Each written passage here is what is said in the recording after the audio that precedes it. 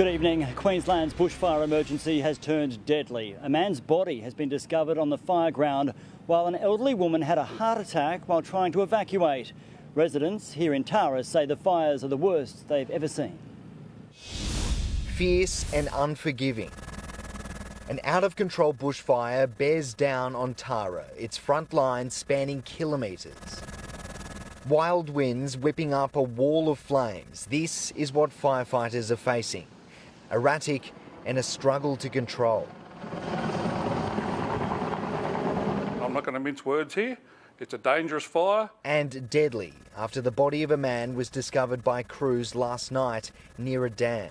We haven't established that person's identity, but do believe he may be, or that person rather, may be a missing person. Another woman died after suffering a cardiac arrest while preparing to evacuate. Battling through thick smoke from above, aircraft dropped water and retardant as a last line of defence. I've never seen it like this. Thank God for the fires. The water bombers were great. An indication of how quickly these fires can turn. Around half an hour ago, this area was clear. Now it's very smoky as a fire exploded in bushland. Crews are currently attacking it from the air. Residents refusing to leave, now working alongside crews on the ground. For others who chose to evacuate, the reality is sinking in. What do you think has happened to your home? Oh, it's probably burnt. If it's burnt, it's burnt. I got out with my life. That's all that matters. Are you insured? Oh, hell no. Surrounded by fire, so you got to get out. Yeah, the police just told me to leave, so we're off. And today, more than 300 evacuated residents were again told to leave for Dalby. Packing up the few belongings they have, joining a convoy of cars, leaving their temporary tent city for bigger facilities and to escape the fire threat entirely. I would not wish this on my worst enemy. Mandy Eastwood was one of them. Mandy, how are you feeling? Pretty sick. Pretty gutted.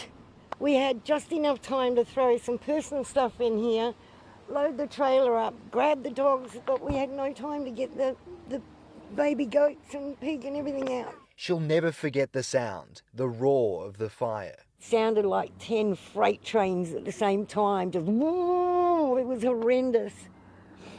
This is what she escaped, a blood-red sky in the dead of night. As the fire front approached homes, one by one, locals fled.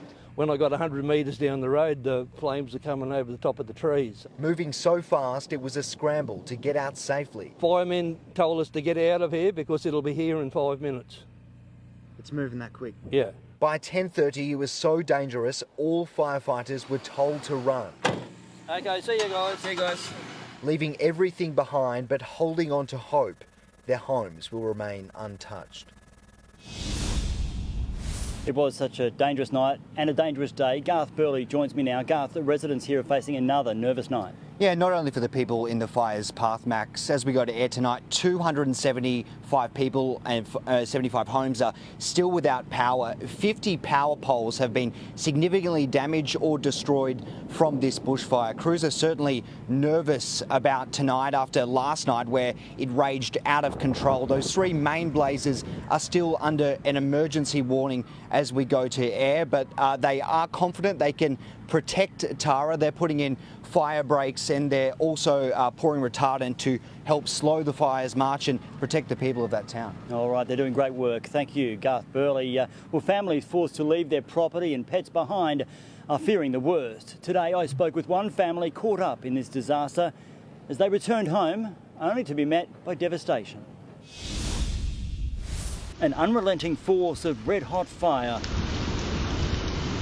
barrelling toward the Mackenzie's property. It was scary seeing it come in the glow so fast. Within seconds, the home is engulfed by black smoke. We first met the young family this morning after a midnight evacuation. And how quickly did you have to get out?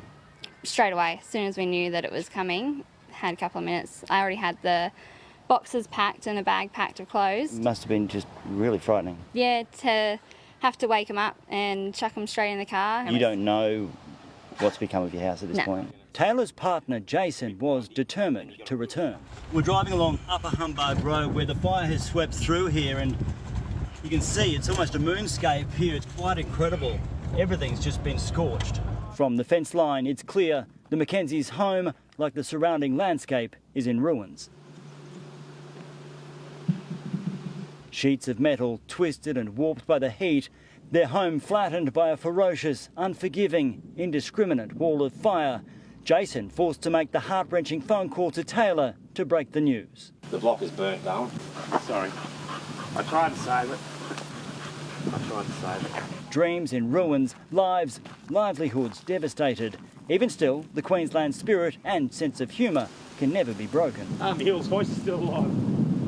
I'll put that on eBay. We've started our damage assessment process and we're now trying to get an accurate picture of what the full extent of the impact has been over the last 48 hours. The picture is constantly changing. These are fast-moving fires. As one area is destroyed, another becomes the target. As the day wore on, the temperatures got higher, so did the winds, and spot fires started breaking out across the district. Treacherous conditions for exhausted crews. It's still a very dangerous fire ground. With no end to the danger in sight.